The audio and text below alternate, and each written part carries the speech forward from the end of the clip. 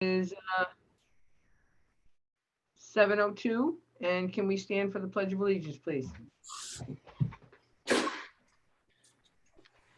I pledge allegiance to the flag of the United States of America and to the republic for which it stands, one one nation, nation, under God, under God, indivisible. indivisible, with liberty and Justice justice for all. Well, good evening, everybody. Evening. Let's, Guys, if you don't mind, just at 7:30, if you don't mind, I just take a quick break just to give Anthony his shot real quick. His blood thinner shot. I have it all drawn up. It's just a quick jab in his arm and he's good to go. you do what you have to do. It's no problem. Awesome. Thank you. Just make sure you punch out, Kate. What was that? Just make sure you punch out. Actually, I forgot to punch out today, so I got you. gonna have to punch out. All right. Is Phil frozen, or is Phil there? I feel like Phil's frozen. Oh, I wonder if he got voice this time. Maybe he's holding really still. I think he's very still, very still. Philip. All right, let's get going here. Public comment. I don't see any public. Does anybody else see any public? No. Okay. Past minutes. Does anybody have any comments, questions? Anything they haven't they don't understand about these past minutes? Nope. Nope. Everybody's okay with them? Okay. Whoever wants to make a motion to accept them? I move to accept them. Okay, and who's gonna second it? Second. Second, okay, all in favor, say aye. Aye. Aye. Anybody opposed or abstained? There's Phil. Okay, all right, let's get on with the business here. Chief's report. Okay, Chief. All right, I am all ready for you, other than I keep opening up every commission report except tonight's one. Give me 1 second. I know I just sent it to you all. At least I hope I did. Well, I just I sent you the wrong one. got all your stuff. It's all right. I got it here. I'm just going to pull it up on my online version. But I'll start with the good news, the pandemic report, which is we are catching a little bit of a breather. February has been a lovely, downward trend in all areas. We are still seeing some positives, including a recent arrest, but for the most part, the numbers are back to trickling in here and there, along with the PCR numbers, which are going down, which is great news. And I apologize for not looking at you. I'm just trying to find my most up-to-date report. There it is. I think I have it. All right. So I can probably share my screen and I'll try to breeze through most of this with you guys. Do I really want to download it? Okay. So bear with me.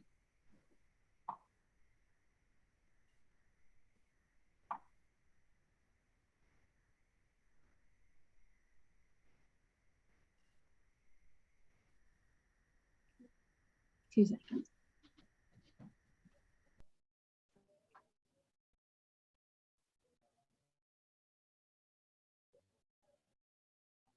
Sometimes I just feel like, it goes a little slow because it objects to me keeping so many windows open, which it's probably right about. But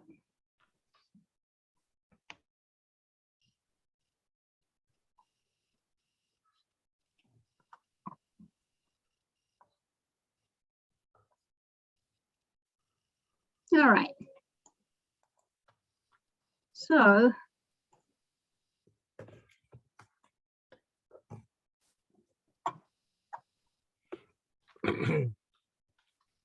okay, you should be able to see me, or at least a fly car. I see it. Perfect. All right. So quick fiscal update, just because we are right in the middle of budget season and we're going to be looking at the budget.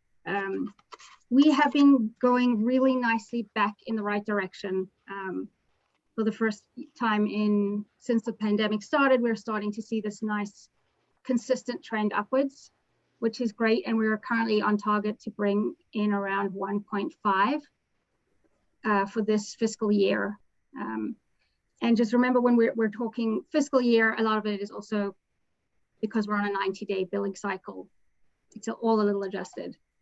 But as you can see down here, December, we were around 130. Last month, January, we 157. We're halfway through this month, so we only see half of what's come in so far, but it's already at 80,000, which is very promising. If we could get another 80,000, that'll be good. My goal when I first started was to try to build up our revenue to an average monthly of 150. And we were trending there, and then a pandemic happened and we stopped trending there. So it looks like we're going back in that direction. And if we continue to do that, that will be really, really good news for us, just in terms of offsetting some of our costs that we have. I did send out the minutes of the most recent town council and board of finance meeting, which I hope you guys were all able to see. If anybody didn't get it and doesn't know what I'm talking about, let me know. But ultimately, I presented a deployment pattern funding proposal to the town council and board of finance. It was the same proposal that we discussed. I originally thought that possibly it was a good ARPA funding, but once I kind of rethink it, we went to one of the webinars, we decided probably be better to just try and get it through supplemental funding. So I presented that to the town council subcommittee, the finance committee, the board of finance. They were all incredibly flexible to let us kind of squeeze these meetings in last minute. And the outcome of that was that the town council voted to unanimously support us changing our deployment pattern effective immediately, if we were able to, and essentially making it emergency legislation. And what that's going to do, I am sincerely hopeful, is help us address this increase that we've seen in mutual aid. We're still seeing it those same periods. So instead of having our paramedic that comes on at 8 a.m. till 4 p.m. every Monday to Friday, they're going to start at 6 a.m. and go 6 to 2, 2 to 10. And our biggest chunk of mutual aid comes either during the day when we're at max staff, then there's not much more we can do for that. But predominantly that evening, that 4 to 9 is usually where we are having to ask for help with mutual aid. What happened was a few years ago, we were seeing a huge increase. And that was because we were down staffing with the vendor. We weren't able to have as a fully staffed lineup as we had. What we've seen this last year, as the numbers trended back up, is that we're fully staffed. We've got all 3 ambulances, as our max units on, and we're starting to see that increase again in mutual aid, which is for me what the big key factor was, is in saying that we really have to act now so that we can hopefully make sure that we can keep up our town safe. And I think everybody agreed. And I did send you the full presentation, which is also available on the Town of Trumbull website under the Town Council agenda. But I can resend that if anybody wants to review it. So what we did, we also Monday to Friday have a 10 a.m. till 9 p.m. truck, and we just changed that to a 9 to 9, which is the same as the weekends, because we also noticed that we were often just missing a call roundabout then. That's usually when that third call would drop and we wouldn't have the third unit on yet. So that's all good news. We were in the process of interviewing for paramedics because we were looking to replace for the open position when we lost Malsim. So we're in the process of extending offers right now, and I'm certainly happy to discuss it, but probably need to wait until everything's a bit more publicly official before going to that, or we can discuss it when we discuss the staffing later on tonight. The other thing they approved was, so to do this, we're now approved for a 4th full-time paramedic and a full-time EMT, which is really going to be a huge help to us in securing staff and making sure that we're able to utilize our supervisors off the road, have them available to back up our crews, with the current industry trends that we're seeing with availability of staff. This crew over here, that's Chris Money, our supervisor, and Shannon are very excited to have delivered a beautiful baby boy with the help of Eastern EMS. We went into Eastern in the middle of the night a couple of weeks ago, and they received a beautiful thank you letter and very sweet pictures of a very healthy baby boy. So lots of good things here. We still continue to see a lot of really high RUSC rates from our field providers. Currently still have someone currently who's in hospital, and we're hoping that they might make that full recovery out. It's only been a few days. So lots of kudos to the team, all doing a really good job. Fleet is a really short update. There's still no vehicles anywhere, but we're continuing to try to, I was reaching out to talk with Doug this week, but 903 was expected to be delivered in March, and you'll remember this is from fiscal year 21, and they just sent us an email last week saying that we can expect another 2-month delay, which is very disappointing, but it's really a little bit out of our control. I am also hoping to be meeting with George Estrada, the Director of Public Works. We had been meeting about putting together a space needs assessment and design plans for our new building to try to get it as shovel ready as we can, particularly with the funding stream opportunities that might be coming down. So he's been helping me a lot with that, and I think we both just paused it for the initial budget season, and then we will be meeting probably over the next couple of weeks now that we've both got the initial budget out of the way. Lots of community outreach in February because we canceled everybody in January and we felt horrible, but everybody was getting Omicron and we didn't want to share the love. So this month has been just packed, and I have to say a huge shout out to all of our volunteers and to Kate and the whole admin team, because they have just been pulling it together with so many, basically double the amount of community things that we normally do, because we just pushed everyone from January to February, and then we're getting a lot of last minute requests. So lots of that. We're doing CPR this Friday for the town of Trumbull for all the employees. So hoping we get a lot of people signing up for that, just to do a nice hands-only refresher and AD for American Heart Month. Mental health has been huge for us. I'm really excited. I don't know if any of you were able to attend our first monthly speaker series. It's really designed for the community, for families, parents, anyone who's working on, who knows someone with mental health, who's trying to support somebody with mental health. We just realized that there are so many different options. There's so many different treatments nowadays that people might not be aware of, different language that might be able to help you better support. So we've created, along with TPOD, who've been fantastic, like they always are, Confidant Health, Trumbull Community Television, and our counseling center. We're getting a different speaker every month to try to talk about different topics, and we're really hoping to get people together in the room and really just destigmatize mental health the same way we're trying to do that with substance use disorders. Just really those parents that are struggling raising teenagers and feeling ashamed to talk to each other about the challenges when we're all kind of sitting there together. So I believe they had over 200 people registered for the first one, possibly even more. It went really, really well. And it's all recorded in the Trumbull Community Television, and is making them available so that you can rewatch them at a later stage if you've missed them. So next one's coming up on March 16th. Also have another meeting tomorrow.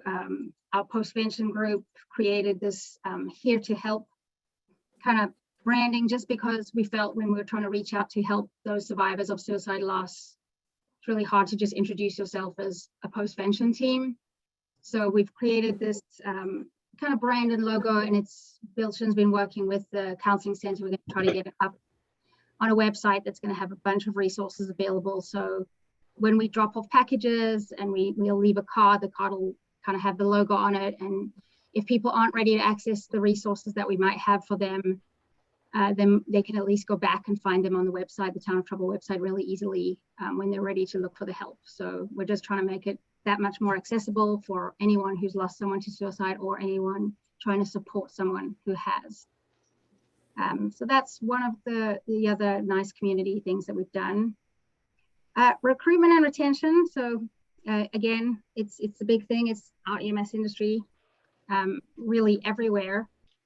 So some of the things that we're doing here is we've partnered, as you guys know, with the local paramedic programs that are starting. So we've just started to host our Yale Center for EMS, which is a pre-existing paramedic program. Their students are coming down and working with us now. Just so happens we also have a bunch of their students that are our EMTs.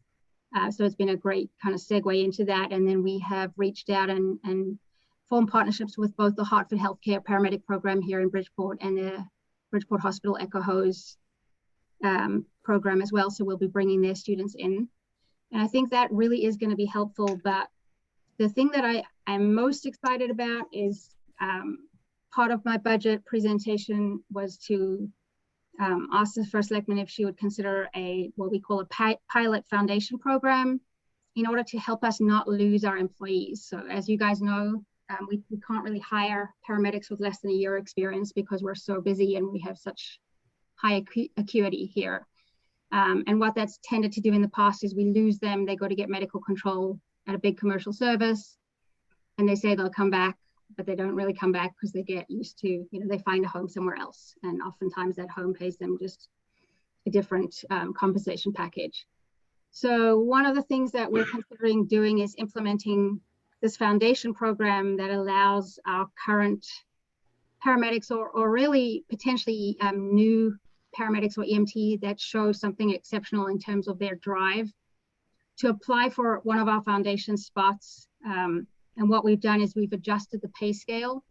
So if they get medical control, but they don't really, that's where they're at, they would join us at a couple of dollars less an hour as a paramedic. And what we do is we partner them up with a paramedic mentor, one of the supervisors, and we have them for the first 3 to 6 months on a program that only allows them to work certain shifts when they're, for example, a supervisor in a fly car to back them up. We partner them with our very, very seasoned and experienced EMTs, so they're not a brand new paramedic with a brand new volunteer EMT. And we mentor them and kind of support them through that growing process as they gain that real clinical experience. And then there's a timeline to it. Obviously, it can't just go on forever. And if they can hit the goals that they need to, and really it's about building their confidence and their ability to be that paramedic in the fly car by themselves on pending arrest with no mutual aid coming, right? I don't think it's fair to put any brand new paramedic in that position. But we're hoping that we can build them up, and when they're ready, they would then bump up into the step one where they would really be starting. It's really a work in progress. Nothing is even vaguely set in stone. It was just something that I threw out there to see how everyone felt about it. I think the first selectman officer was really excited about it. They really liked the idea. I threw it out to some of my employees, and my favorite response was from one of them who said, "Are you kidding? I would do it for free." And that just made me really happy. I don't think it's realistic to ask them all to do it for free. I think she might be the exception to the rule, but she certainly didn't think it was unfair to have them come in and work at that lower rate initially, whilst they built that experience up. And it just allowed us to protect them a bit more, to not have that, you just, like we do when we hire experienced people, you need to start working and you could be the very first day with no support. Like, we're not going to do that to these guys, but I do think it will allow us to keep them. And at a time when it is just so hard to find paramedics and EMTs really in the whole state of Connecticut, I think we should be trying our best to keep the good ones that we know are great employees already, and not lose them just because of their experience. So that's the new step. Interestingly enough, when we were interviewing our EMTs this time round, we were interviewing for per diem, and we were noticing the same trend that we're seeing, which is we're seeing people fresh out of EMT class. They just got their card. They haven't put a single day on the road. And that's really tough because some of them are really, really good and enthusiastic. And usually what we do is we will offer them a volunteer spot. And some of them, I think we just got 3 or 4 volunteers from our last per diem hire. And they come and they train with us. And then if they go really well, obviously we can certainly offer them a paid position at a later point. But This entire pilot program came out because one of those EMTs was very smart and could not have been more prepared for their interview. Out of every interview I've probably given in the last 3 years, I've just, and so it occurred to me that they might be someone that we could trial a pilot program. So I went back and forth with HR, and we're doing a similar thing where we offered them if they would start at a significantly lower rate. And it's a 6-month pilot program as well, where they do about, instead of 40 hours as a third, they're going to do 80 to 120. They've got a training plan that we set up. And again, they work alongside specific people. And if they're able to get to where they need to be, then they can bump up into that step 1. So I'm hoping that just might be another way for us to bring in some of these really, I mean, this particular young man that that really kind of inspired this whole thing could not have been more open to it, more grateful for the opportunity, and just seems like the type of person that we would want to invest in. And you know, he's grateful for that opportunity, and hopefully we can begin this long-term partnership, you know, of investing in each other as employees and new and less experienced providers. So that's what we're going to try it. We're really going to be monitoring it closely. Like I said, it's a pilot program, which means if it doesn't work, you know, we're not going to push it, and we're certainly going to be monitoring it and making sure that everybody is well taken care of, well supported, and most of all, allowing us to continue to deliver the highest quality care to the community. But hopefully building a stronger foundation of employees as we navigate this EMS staffing journey.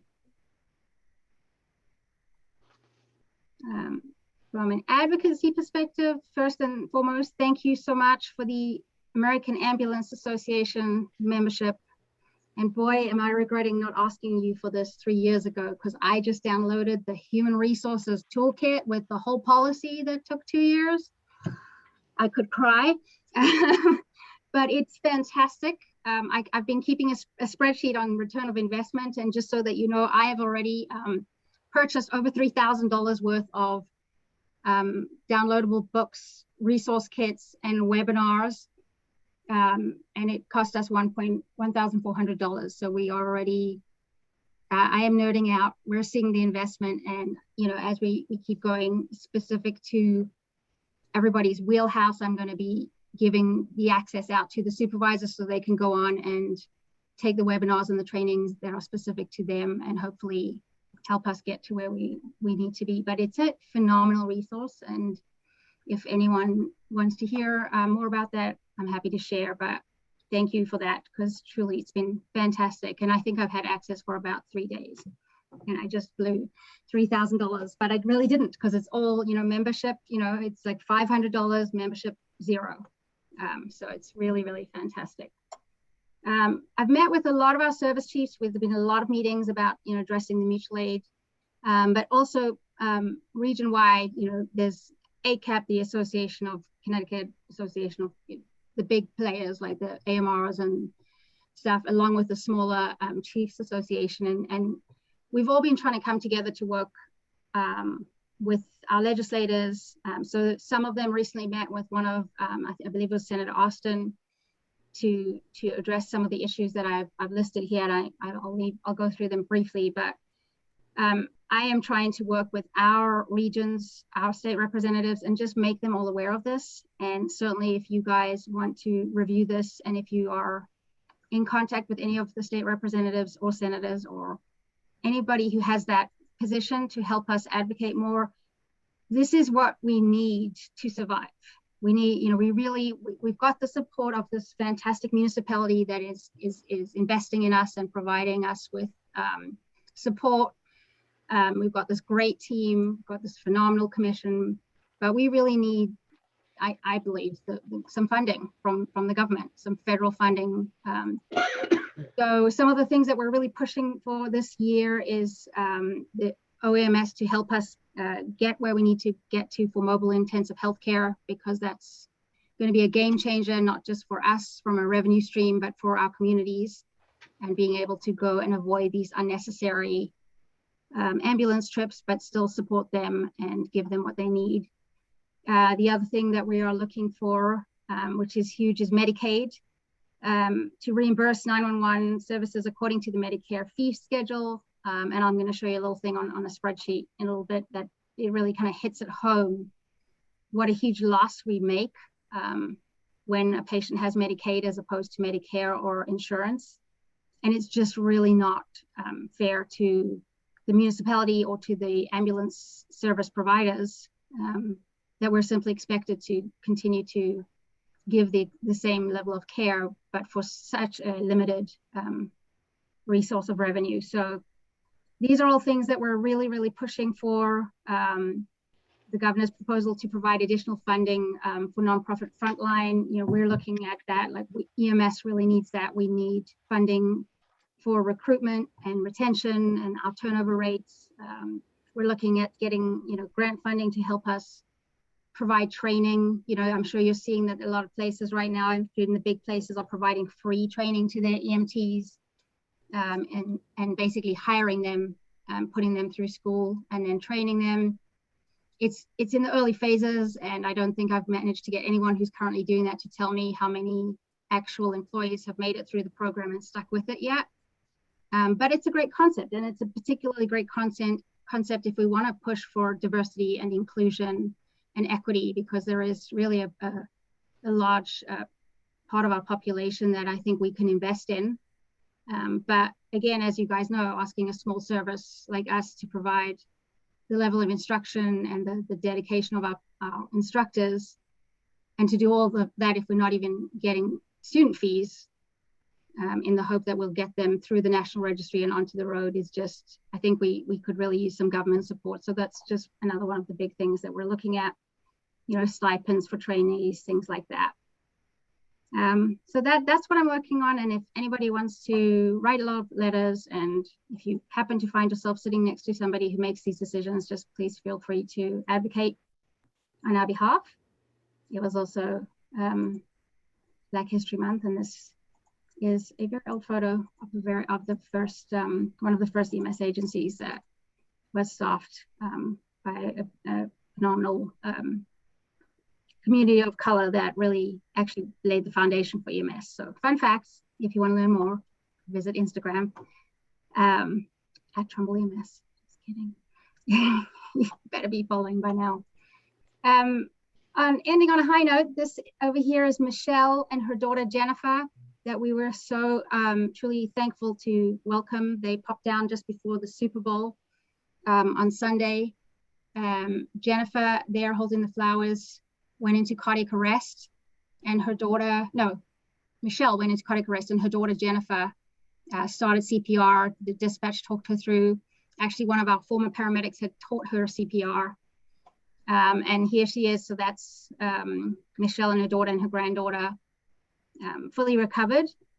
They were just so incredibly thankful, and they've said so many nice things, and they've been really highlighting the importance of the work that we do as an EMS agency, which is very, very meaningful. And one of the things she said to the crews was, when she woke up, the doctors at the hospital said to her that the real reason that she was here was because of the Trumbull EMS providers, which was really very, very, very, very nice of them. I'm fairly confident that the internal defibrillator that the cardiologist placed also had something to do with it.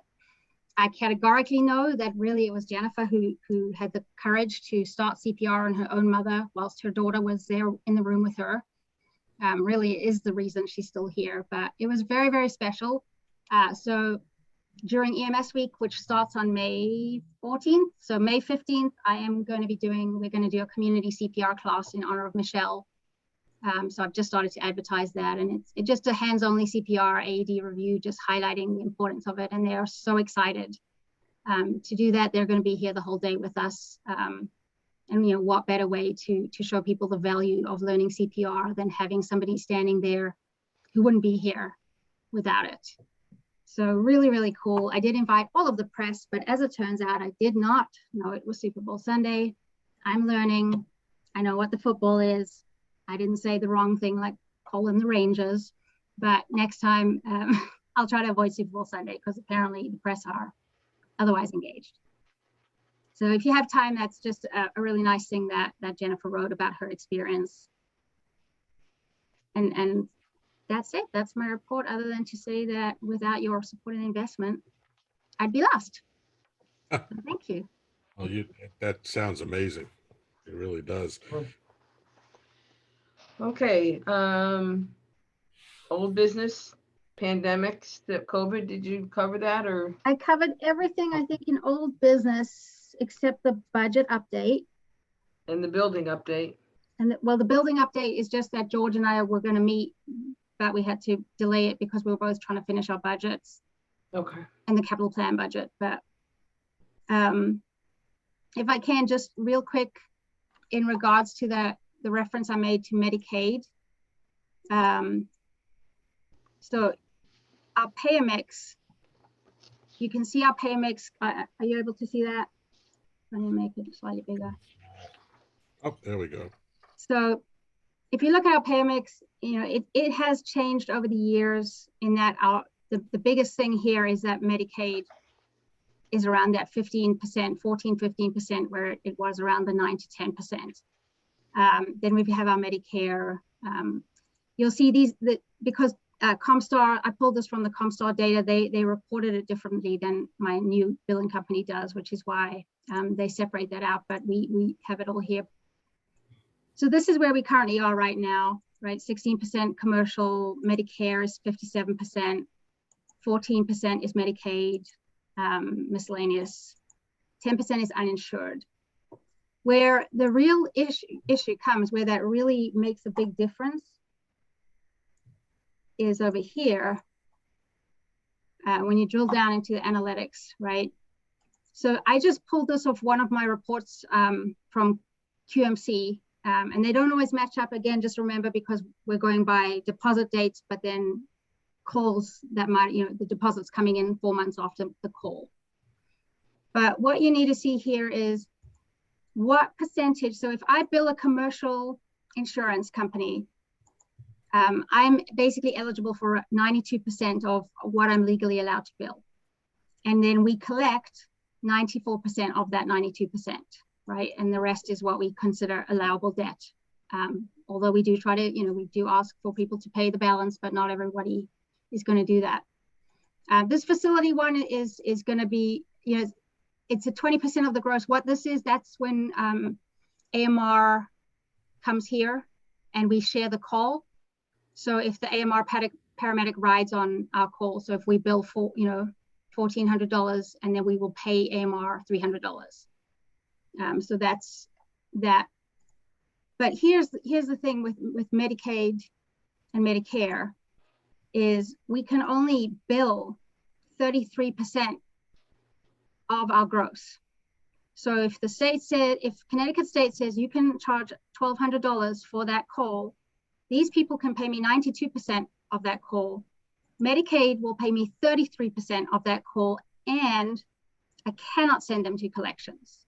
Not that I want to. I have to assume that they're on Medicaid and that there's a reason that they don't have those funds. So it's not from me being aggressive, but that's where the problem is, because that person gets the same care, and they should get the same care, but that call costs us the same amount of money. So that's where that advocacy that I'm talking about is what I'm really looking for in help in doing. And then here you can see the self-pay. That's essentially your uninsured patients. Fortunately, we don't have that many of them, but that's where we take that big knock. So then if you're looking at your revenue, so if you look over this isn't up to date. This was up to date as of the end of January. For this year, we've collected 88% of everything I've billed, which is still pretty good. But if you take out your uninsured, we've collected 97% of what we're eligible to collect. So that it does knock it down a chunk. But again, if somebody doesn't have insurance, you can imagine that they likely don't have the funds to pay that $1,200 bill on top of everything else. So I think our collection rates are still pretty good. Last year, as you can tell, we took a hit. That is because of COVID. We did not send people to collections during COVID. We were not aggressively billing because it just wasn't fair. And we try to make up for some of that with some of the COVID HRSA support that we applied for. But it wasn't always, you know, if they didn't have COVID and they were uninsured, even though they had symptoms for COVID, if they weren't confirmed with COVID, you could not bill under that HRSA. So that's where we're at. I just wanted to share that with you, just so that you guys can kind of get a sense of what I'm fighting for in the long-term battle, and all those letters to the state representatives. You can see that the OMS rates are here. You know, we can bill $1,362 for an ALS support, and Medicare says you can get 33% of that. That call is a cardiac arrest call. That's the call that the paramedic has used every intervention that we have, the expensive pads, the expensive drill, the expensive everything. So that's a fundamental flaw, and I'm going to keep trying, doing the best that I can. But it's Great job. It's the whole nation, you know, that's a nationwide problem. It's not just a Trumbull EMS problem. But I am trying my very best, and certainly partnering with some of the bigger agencies, because they have lobbyists and grant writers and on staff that are paid. And that's kind of helpful, because I just jump up next to them and put my name on some of the things, and they've got the context that we might not necessarily have as a small municipal agency. But I think our voice is equally as impactful to those that are representing us, whether we're a smaller municipal department or a large commercial service. So that's it. Good. Awesome. Does anybody have any questions for Leon, all the different things that she covered tonight so far? It was quite comprehensive. Yeah, that's for darn sure. Yeah, for sure. You seem to have a really decent amount of cardiac saves. Is there a way that we can, somewhere in the building, maybe the crew room or something, put up a wall that has like all of them? You know, pictures, like somewhat of a classy collage of, you know, these are all the people that are alive now because of our crews. Yeah. What they do. I mean, certainly would love to do it. And especially with those that are willing to come forward and share their story so openly, you know, right. Absolutely. Just a thought, you know, I mean, it might be good for the crews to, you know, get an extra pat on the back that way and to show everybody. For sure. I mean, that's why we, you know, that's a great example of why we do what we do. And they do a phenomenal job. Yeah, well, I'm sure it should be easy to accumulate a list like that. You must have it. Yeah, I mean, we have the list. It's just not all of those patients have publicly shared their story, you know. So, but we can certainly reference at the very least the crews that were involved. Even if, yeah, that's what I'm thinking, more the crews, even rather than the people. The crews that we're really honoring, and I think the crews should be up there. Oh, absolutely. Good idea. Yeah. It's just that picture on Super Bowl Sunday was like an amazing picture. So yeah, something like that is just, you know, unreal. It really is phenomenal. Yeah, she is quite the inspiration. Actually, Bridges, which is one of our local, you know, care, skilled nursing, well, extended care, predominantly works with dementia. They came down today. This is their cup. I know my screen's probably not showing it, but they brought the crews lunch today because it's 2/22/22.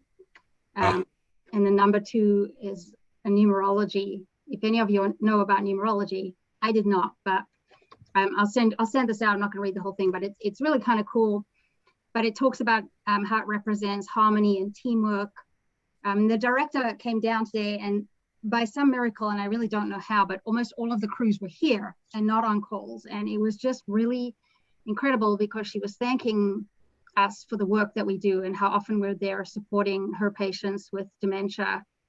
And, you know, she started out talking to me, and I just stopped her and turned her to the crews, because they were right there. And this is all them. This is really what they do, is they get out there and they work with the community. So it's been just a very, I think, emotional month in a good way for our crews to see just how much their hard work is having an impact in our community on every level, you know.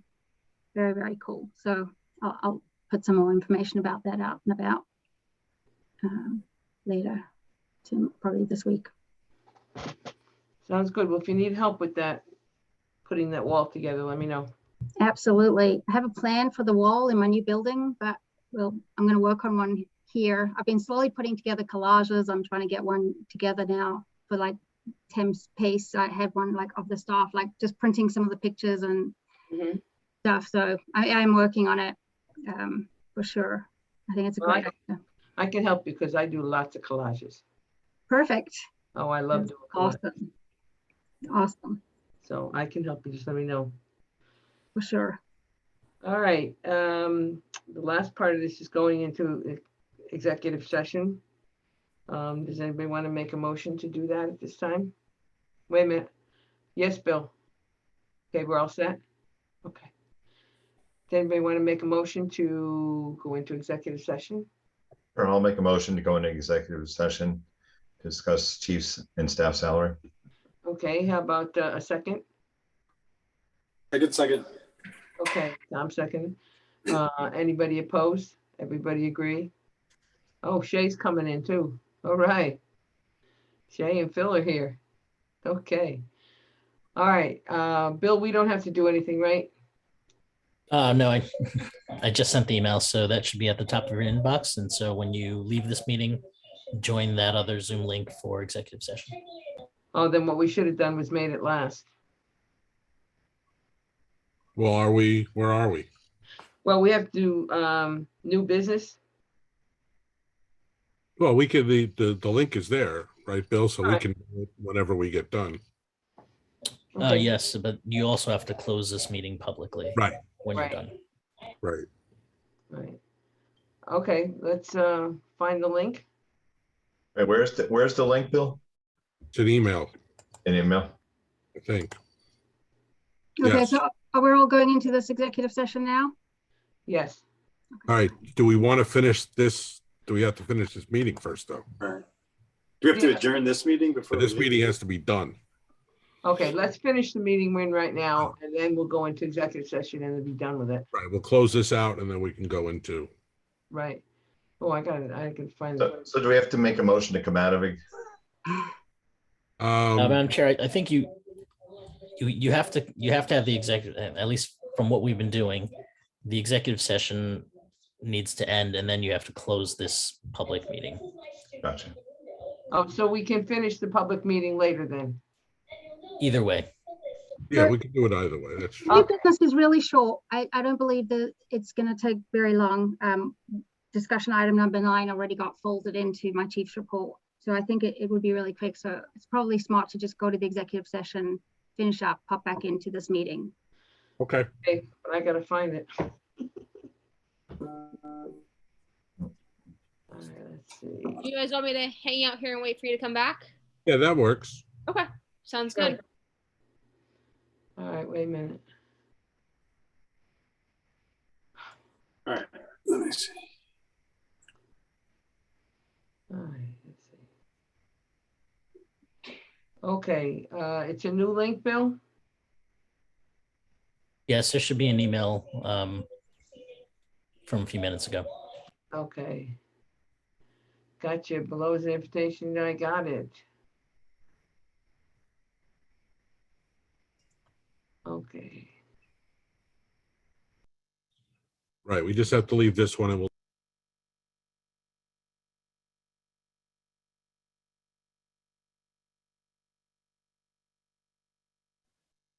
I think Phil is frozen. Oh, no, there you are. Hello? Oh, there. Now you're I can moving. hear you guys. Okay. Your screen keeps on like freezing. Yeah. On my end too. My audio was all messed up. It was very choppy, so I switched to my phone. Gotcha. They just moved over to the executive session. I don't know if you caught that. All right. I'm going. All right. We'll see you in a little bit. Okay.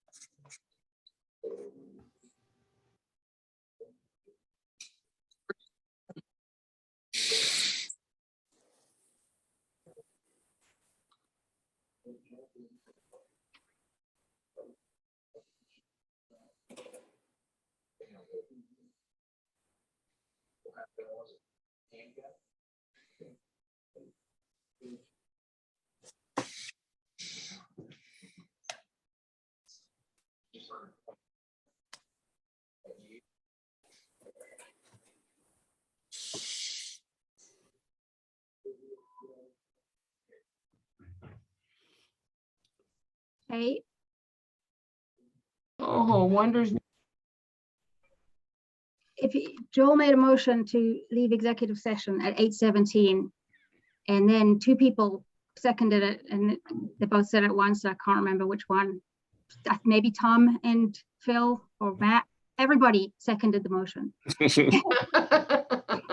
think it was Matt. Yeah, I Matt think it was seconded. Matt. There you go. But Phil thirded it. There you go. Just remember to write down the time, and that's the win right there. Okay, coming back to, we don't have to open this one again. We've been open, right? We just have to wait and close it. Good. Okay, discussions. Thames Pace simulation training.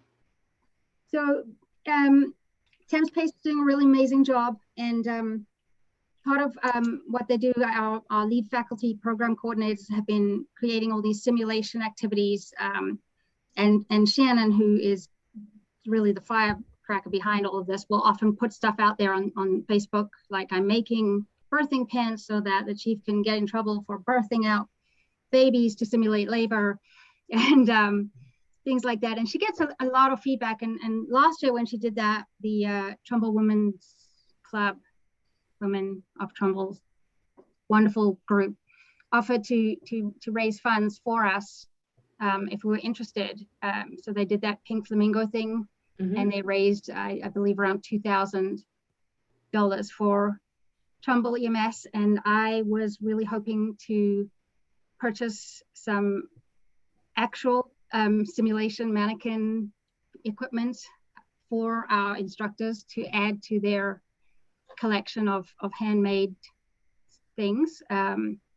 So it's just all donated money that, you know, really, I think the reason we have it is because of the level of enthusiasm of Shannon and Jackie, our lead instructors, getting out there into the community and asking for people to help us to create this program that really is unique. So I was wondering if you guys would like to approve up to $2,000 or $2,500 for Thames Pace to purchase simulation equipment to enhance our EMT program, using the funds that were donated to us by the Trumbull Women's Club. Yes, Trumbull Women's Club, that they raised, because I think they would greatly enjoy hearing that that's what we did with it, and we could show them some of that equipment at our open houses. Okay, do we have anybody that wants to make a motion to do that? I'll make a motion. Share Greg here. Okay, Shay makes a motion. For the purchase of simulation equipment to the total of, what do you want, $2,500? Yeah, that'd be great. Yeah, and I'll make the motion, and then I have a question afterwards, but to purchase simulation equipment up to $2,500. I'll second. Joel seconding, okay. I was Discussion, going to say, I'm sorry, should we add that it's from the monies that were raised, or we don't need to do that? in the motion? Yeah, well, because Lee, are you saying, are we using? So yeah, I want to use the 2,000 that we got from them targeted specifically for this particular purchase, because I know they would like to hear how we spent their money. Sure. And Yeah. I made it 2,500 because these things are never exactly. What is the $500 going to come out out of? Is that special agency? That's special agency, and to be honest, it's probably going to be covered by the fees of the summer class program, or probably this winter class program. So, Okay. So addendamize the motion to up to $2,500 with $2,000 coming out of the funds that were raised from the women. Is it the women's fund? Well, Insert the Trumbull Women's Club and an additional funds of $500 to come out of the special agency fund. And therefore that'll document in the motion publicly where the funding is coming from.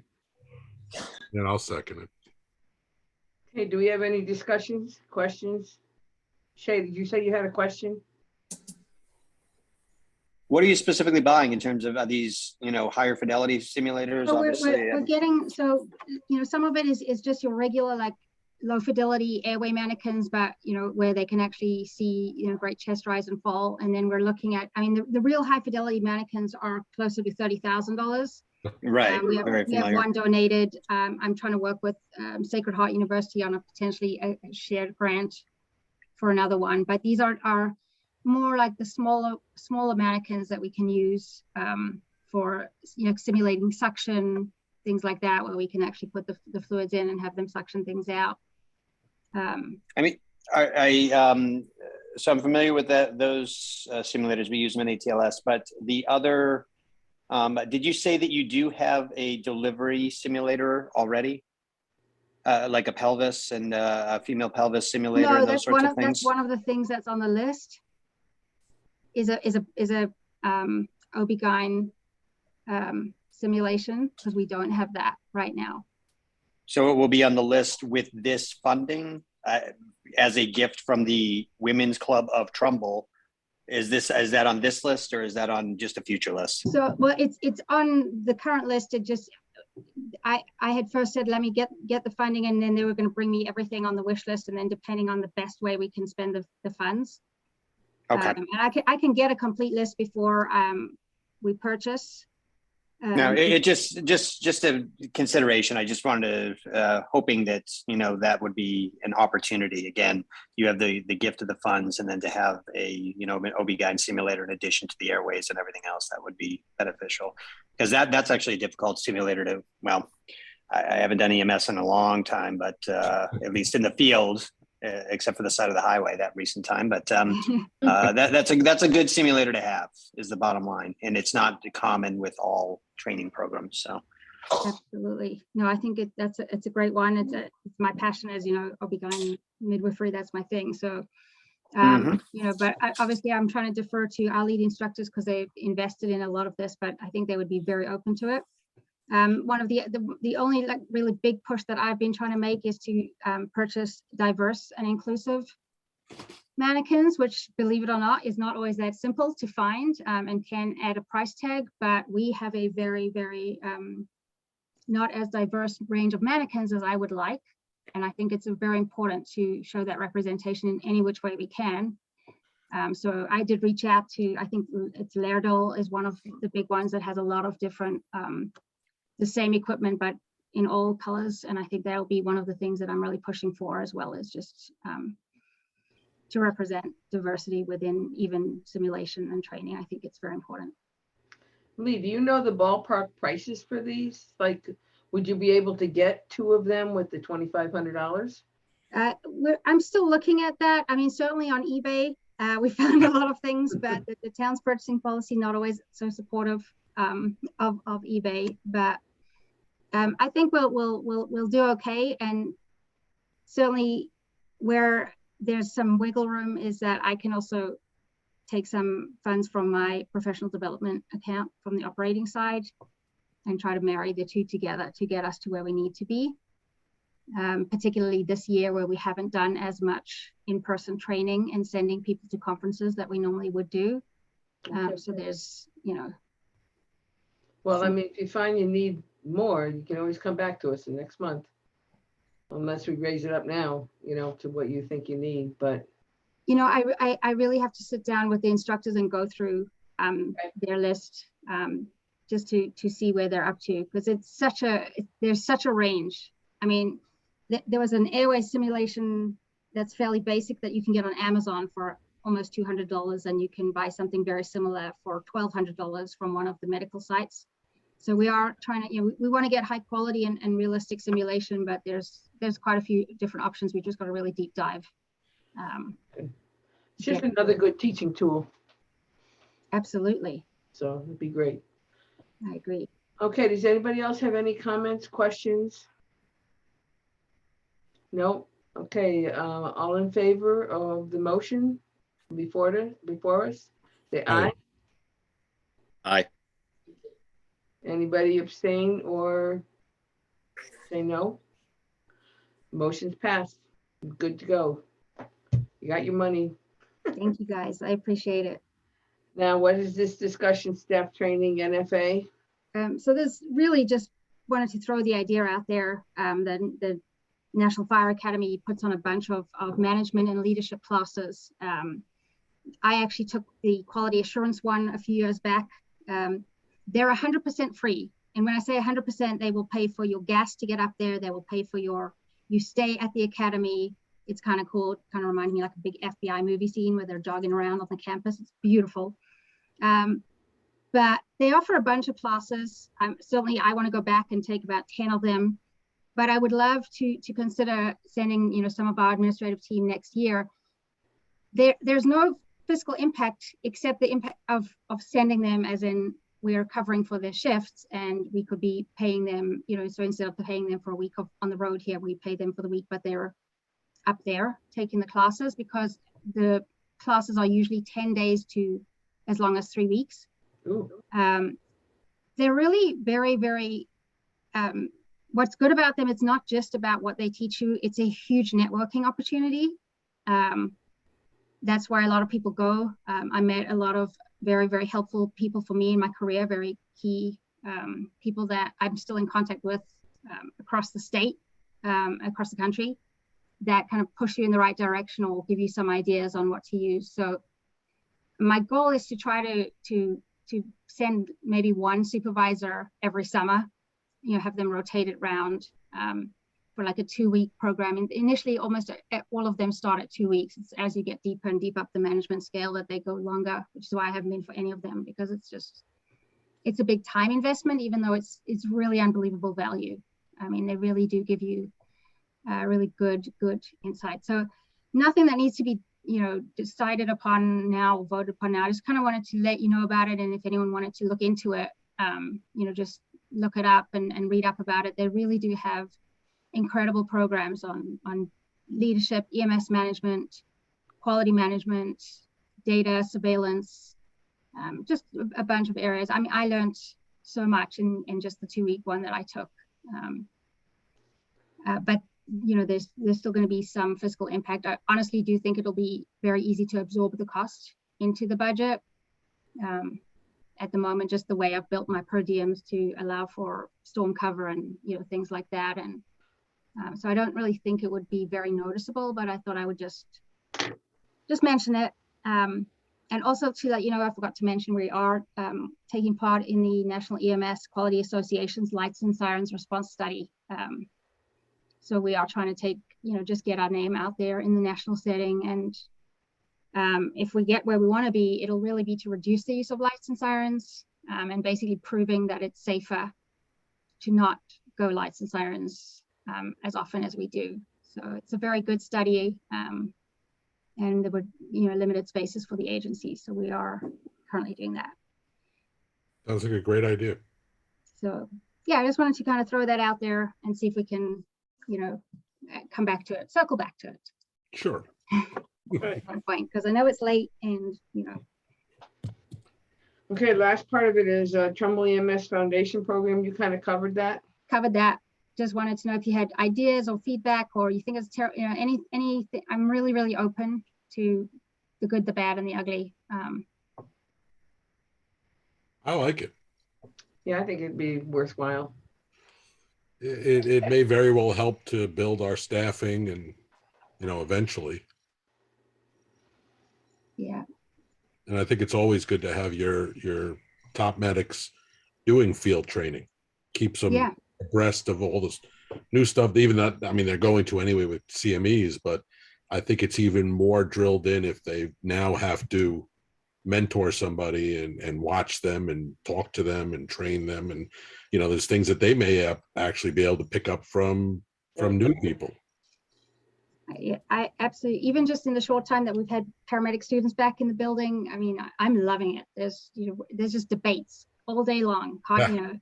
Chief, can you look at this 12 lead? They keep throwing 12 leads at me. I'm like, okay, it's too much. But it's great because it's keeping me on my toes. You know, they're grilling me with questions. A couple of them that I'm like, yeah, this is what I would do. Protocol from 2017. Oh, my bad. So It is great. You're absolutely right. It keeps everyone on their toes.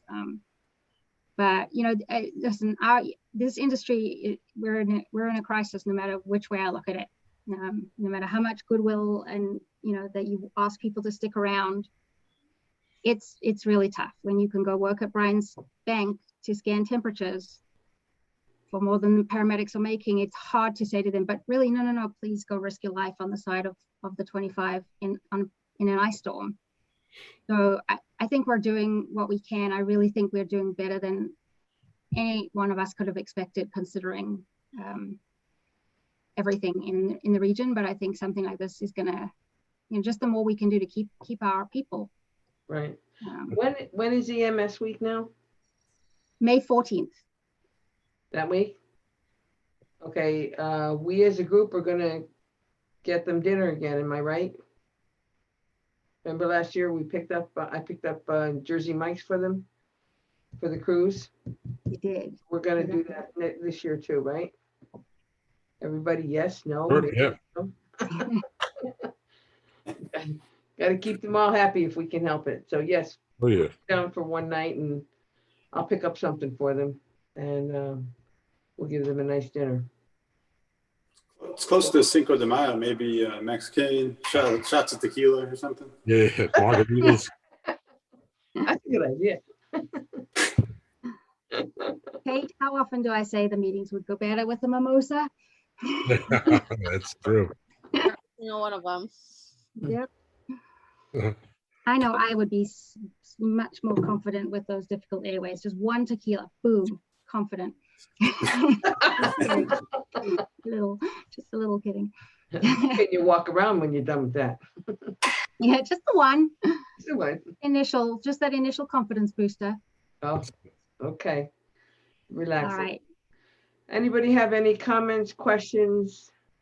Real quick, since everybody is here, I just wanted to take the time to thank everyone for the gift card that they sent to us. Matt and I are super appreciative of all the help that everyone gave us while I was out of work and while Anthony was sick. And I'm writing thank you cards to everyone, but unfortunately it takes me a while to write one or two a night, and there's so many people to thank. But it did not go unnoticed, and we're just, you know, very grateful. We're very grateful for the food that you dropped off, Diane. It was everything was just so lovely. So I don't want you to think that we're taking anything for granted. It's definitely noticed. No, never. And We're just glad he's doing better. So. that's absolutely right. Me too. You know, so you can write thank you notes to other people. We're good. Yeah. It takes me a while to get them done. Thank you, Ron. Finished wedding ones like a couple weeks ago. Chief, I think you finally got my wedding thank you from September. It takes me a while to get them done, but I just, you know, wanted to make sure you guys knew how much we appreciated everything. Well, Right, you know that, and we were glad we can help you out. Thank you. Thank you. All right, anything else? Okay, anybody want to adjourn the meeting? Nobody wants to adjourn the meeting? I'll make a motion to close the meeting. Thanks, Matt. Have seconding it? Yep. Okay, the duo's on tonight. Okay, all in favor, say aye. Aye. Aye. Anybody opposed? Okay, off the record, Jeff, how are you doing?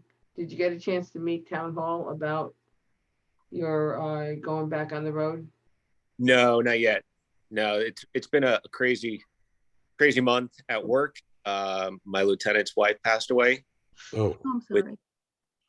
She had cancer, and so I've been doing a lot of overtime as acting lieutenant, covering his shifts, and I just haven't had an opportunity to do that. But All right, well, we're behind you, Okay. right? Everybody knows what's going on? Mhm. Yeah, okay. All righty, well, listen, everybody, be safe, and we'll see you in a month. Yep. Everyone be See you safe. guys in a month. Be safe. All right. Hang in I'll there, be talking Chief. to you. Thanks all. Appreciate it. Okay, Okay. good night, Bye. everybody. Night. Right.